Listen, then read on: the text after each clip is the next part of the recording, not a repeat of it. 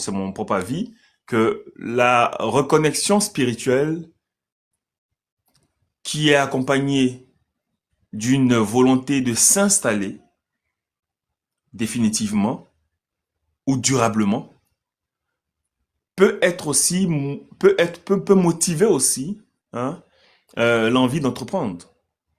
Parce que moi, ce que j'ai l'habitude de dire, tu ne vas pas en Afrique, hein, tu ne vas pas en Afrique pour postuler, pour remplir des lettres de motivation, des CV, quand tu rentres en Afrique. Donc peut-être que eux aussi, ils se disent la même chose. Je ne vais pas rentrer en Afrique pour aller chercher à postuler, sachant que je ne suis pas, entre guillemets, d'ici. Je ne maîtrise pas les codes. Peut-être que ça va être compliqué. Je ne vais pas quitter un emploi à Paris qui est peut-être bien rémunéré par rapport au franc CFA et je vais rentrer au Bénin, je vais rentrer en Afrique pour encore aller postuler pour toucher combien au final. Donc il y a peut-être tout ça. Oui. Est-ce que, est-ce que je peux intervenir pour aller dans... Oui, vas-y.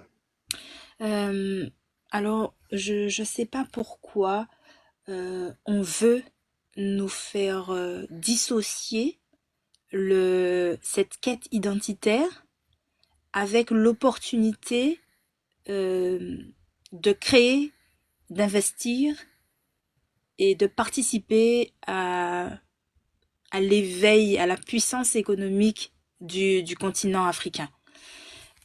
Alors, pendant que nous réfléchissons à tout ça, il y a quand même tous les pays occidentaux, la Chine, la Russie, qui sont quand même en train de regarder l'Afrique et investissent en Afrique. Pour eux, ce n'est pas une question d'identité, c'est juste une question économique. Pourquoi nous, qui sommes afrodescendants, on devrait encore se poser cette légitimité de se dire que on rentre à Kama pour se faire notre meilleure vie, pour participer à mieux connaître d'où l'on vient et donner une chance à nos enfants de pouvoir grandir, de pouvoir s'enrichir sur un territoire qui leur appartient, tout autant que des Africains nés en Afrique. Je comprends pas pourquoi on devrait se dire oui, il faut certainement se sentir identitairement proche de l'Afrique, mais on n'est pas obligé de se sentir forcément africain. En tout cas, pour ma part, ce n'est plus un débat concernant mon identité. Je ne me voile pas la face, je Mhm. suis cohérente avec moi, mon moi intérieur. Comme j'ai déjà dit, j'ai voyagé en Afrique, donc je sais de quoi je parle. Et je suis née en Guadeloupe et j'ai grandi en Guadeloupe. J'ai été en Martinique, voilà. Donc je connais. Mais de se dire oui, est-ce qu'on réfléchit, et si on est africain? Peut-être qu'on n'est pas africain. Non, on n'est pas africain parce qu'on n'est pas né sur le continent africain. On est afrodescendant. Oui, on a une culture qui est différente, bien évidemment, parce que nous avons une histoire qui est différente. Nous avons été mêlés, mélangés avec d'autres populations, mais je précise que la population africaine est la population dominante. Donc, je suppose que si la plupart d'entre nous, nous faisons un test ADN, il y en aurait pas mal qui seraient à plus de 50% avec des jeunes africains. Donc l'Afrique, oui, c'est un Eldorado et les Afro-descendants ont leur part aussi à jouer. Si on reste dans les débats, dans l'émotion en se disant qu'on va se faire remplacer, j'ai envie de vous dire, on est déjà remplacé. On n'a pas de puissance économique, on n'existera pas. On a beau nier, on a beau faire semblant, on n'existera plus, puisqu'on n'aura aucun pouvoir économique, on n'aura aucun pouvoir politique, on n'aura pas notre mot à dire, ça va revenir comme c'était avant, on sera là pour faire les petites mains, pour faire le ménage, et c'est tout ce qu'on aura sur ces îles. Donc voilà, voilà ce que je pense. Waouh, c'est fort quand même. On va laisser la parole à Eve. J'espère que je prononce bien. Eve, EBLB. On t'écoute, Eve. Bonsoir, Otep. Bonsoir. Bonsoir. Bon, en vous écoutant, moi j'ai mal. J'ai mal à mon intérieur. Mhm. Parce qu'en fait, je sais pas, je ne comprends pas euh, la dimension dans laquelle on se trouve. J'ai l'impression que nous avons grandi aux Antilles. Et puis là, d'un seul coup, il faut qu'on oublie qu'on est antillais, on est africain direct, on comprend pas. Là, franchement, je suis perdu en fait. Vous me perdez. Vous voulez quand même, on veut aider les Antillais, mais il faut que les Antillais sortent de là où ils sont pour aller investir ailleurs. Je comprends toujours pas. Si on veut aider les Antillais, pourquoi on ne les aide pas là où ils sont? Moi, j'ai envie de comprendre, hein.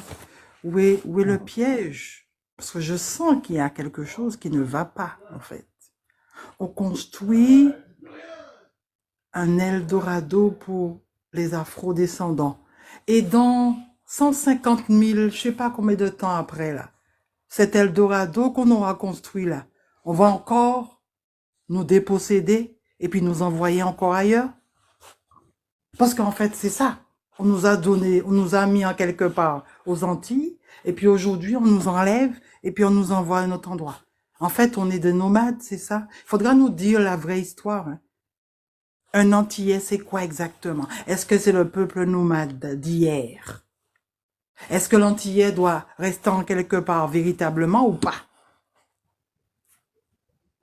Parce que dans 200 ans, je ne serai pas là. Ce sera mes enfants qui seront là. Dans 300 ans, 500 ans, qu'est-ce qui va se passer pour encore le peuple qu'on a mis dans une cité céleste? Parce qu'en fait, c'est ça, hein. Moi, j'ai l'impression d'être dans quelque chose de biblique. Ça, c'est quelque chose de biblique que je suis en train de comprendre, de vivre là. On va dans un endroit, dans une nouvelle Jérusalem. Est-ce que c'est ça qui est là? Parce que moi, c'est ce que je ressens. Désolé, hein. On nous fait une belle cité d'or. C'est pour nous. Et les autres qui sont autour, c'est quoi exactement? Ils ne méritent pas la belle cité. Pourquoi nous, on devrait mériter la belle cité et pas ceux qui sont autour? Qui sommes-nous exactement? Pourquoi on doit être à part? Parce que j'ai vu ce reportage, hein. Mhm. Pourquoi on doit être à part? Aux Antilles, on est déjà à part. Encore en Afrique, on va être à part. Pourquoi c'est maintenant que la proposition de ce président du Bénin arrive? Moi, je comprends pas. Moi, je comprends pas. Je suis perdu, en fait. Je suis perdu. Parce que j'ai l'impression qu'il y a juste, en fait, une puissance, une domination. On ne sait pas d'où elle vient, d'où elle sort, mais on a l'impression qu'il faut nous parquer en quelque part. Pourquoi? On gêne ou quoi? Moi, j'ai l'impression de ça, désolé, hein. Mhm. On entoure ça de entrepreneuriat, de choses et tout, mais il y a autre chose derrière. Désolé.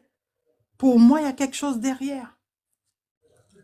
Vous pensez à quoi Pourquoi vous précisément? ne faites rien pour nous aux Antilles? Pourquoi vous laissez les choses? Ça veut dire que le béquet, là, il a tellement de puissance que personne ne peut rien faire? Ou bien derrière le béquet, il y a aussi d'autres béquets qu'on ne voit pas. C'est ça aussi, hein. Derrière le béquet, il y a aussi des gens là qui ont une idée en tête.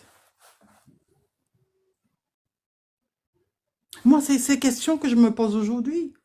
Qui sont les vrais là, qui sont cachés derrière les béquets? Parce que les béquets ne sont pas seuls. Moi, aujourd'hui, là, je le crois que les béquets là, qui règnent aux Antilles, ne sont pas seuls.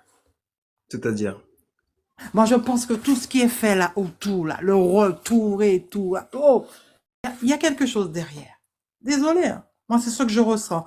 Mamie a dit qu'elle est, voilà, son intérieur, elle est contre. Moi, mon intérieur est troublé. Désolée, mamie, hein, mais mon intérieur est troublé. Je me dis à qui on doit faire confiance. À qui il faut faire confiance. Est-ce que vraiment on veut notre bonheur ou on veut nous contrôler? Ou on veut nous parquer encore une fois? Parce qu'on est déjà là à parquer aux Antilles. Hein.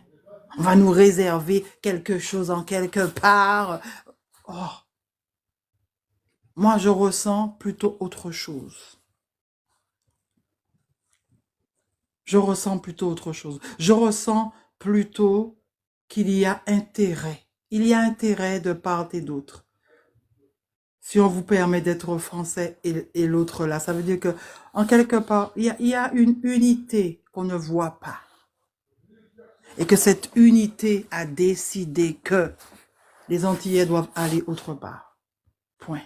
Moi, c'est ce que je comprends au travers de ça. Moi, c'est le piège que je vois au travers de ça. D'accord. Bon. Pourquoi ce désir d'enlever... Une fois, je fais des lives aussi, et quelqu'un disait que, en fait, on a besoin des Antillais pour détruire quelque chose. Je ne sais pas détruire quoi, mais détruire quelque chose. Détruire quelque chose. Ouais.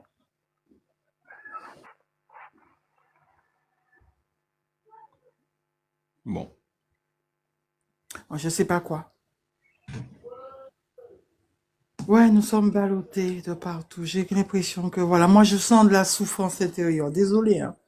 Mais pour moi, il y a quelque chose qui ne tourne pas rond. Il y a quelque chose de pas clair. Il y a quelque chose qu'on nous cache. Il y a quelque chose qu'on nous cache. Et moi, j'ai l'impression qu'il y a un Dieu tout-puissant qui décide. Si vous ouvrez la Bible, vous allez comprendre qu'il y a quelque chose. Désolé. Il y a un Dieu tout-puissant qui décide que le peuple doit aller par là. Et quand le Dieu décide que le peuple doit aller par là, donc le Dieu fait tout pour pousser le peuple à aller par là. Et c'est pour ça que je dis que tout ce que l'on fait là aux Antilles, là, tout ce que l'on fait aux Antilles, la vie chère, l'oppression, tout ce que l'on fait là, c'est un seul but, diriger vers le piège. Il n'y a pas autre chose. Hein. Tout ce que l'on fait là, même au niveau de la France aussi, tout ce que l'on fait au niveau de la France, c'est détruire la liberté qu'on avait là au niveau de la France. Le petit peu de liberté qu'on avait au niveau de la France, on est en train de le détruire. Le petit peu, hein, parce qu'on veut mettre autre chose. Le petit peu de liberté que les Antillais avaient là, on est en train de le détruire parce qu'on veut mettre autre chose dans ce monde. Moi, je sens les choses plus loin encore. On veut mettre autre chose. On veut enfermer tous les peuples. Moi, j'ai du mal à comprendre qu'il y a le blanc, il y a le chinois, il y a l'arabe. Ils sont tous beiges, hein? Mais ils ont une particularité. Chacun sait qui il est. Mais c'est nous, les Noirs, on sait pas. Hein? On sait pas qui nous sommes. On est tous d'Afrique. On est tous de là. On est tous africains.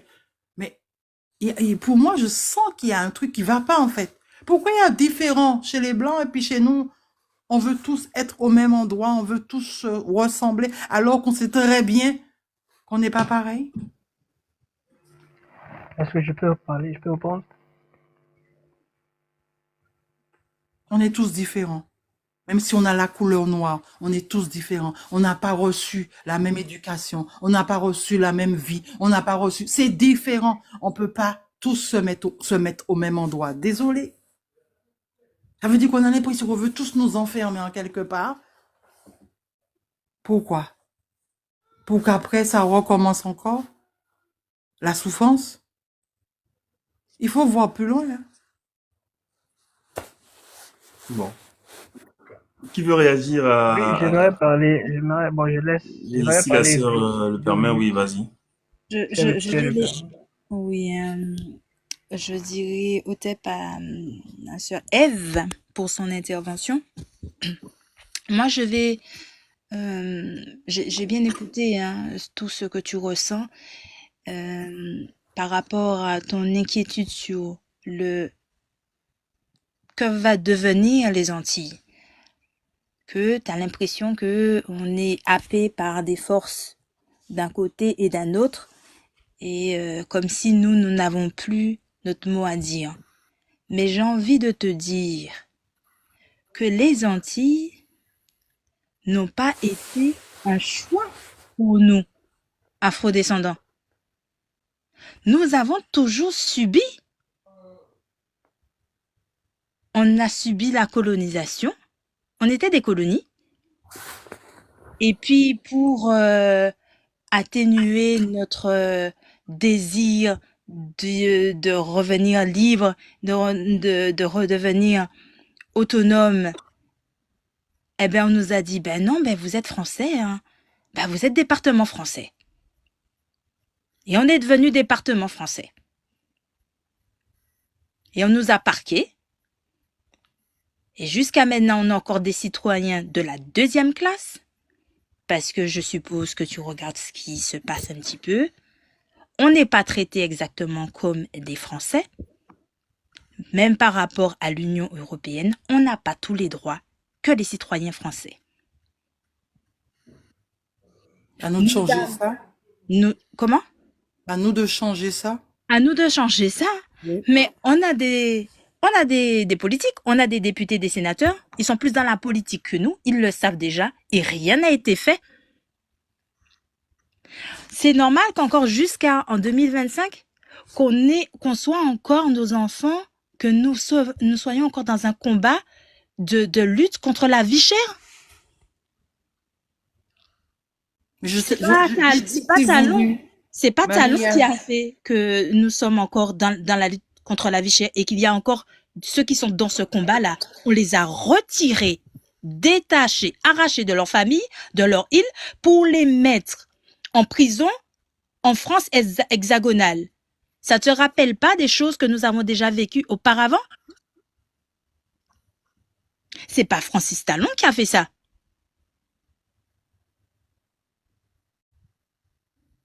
Il a demandé pardon, en fait, apparemment, parce qu'il, par rapport à ce qu'il a fait, hein. Je sais pas, hein. Qui?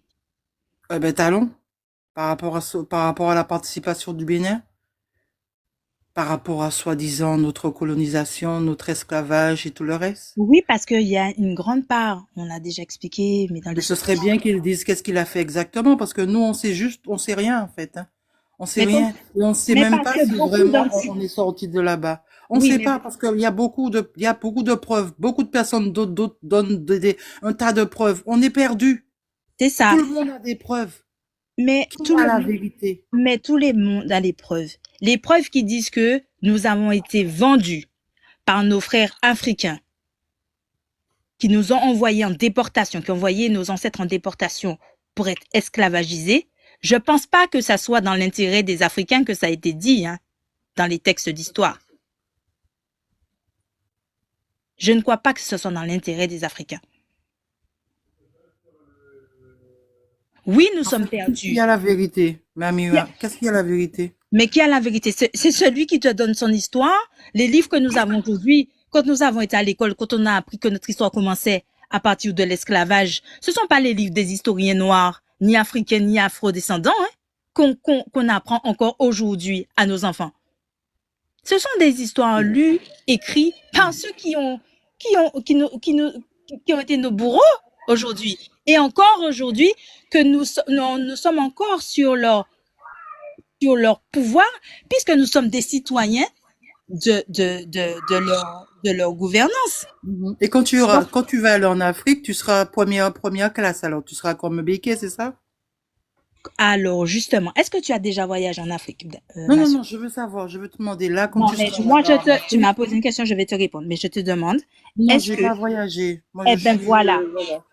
Eh ben, je t'invite, et j'invite tous ceux et celles qui n'ont pas fait ce voyage d'aller rencontrer ce qu'on appelle l'Afrique et se faire son propre avis, de rencontrer des gens et de discuter avec eux, de ressentir les vibrations, et vous pourrez parler maintenant de l'Afrique. Parce que le regard que vous avez de l'Afrique est aujourd'hui un regard biaisé, malheureusement, par les médias, biaisé par les réseaux sociaux, est biaisé dans le paradigme où l'on est.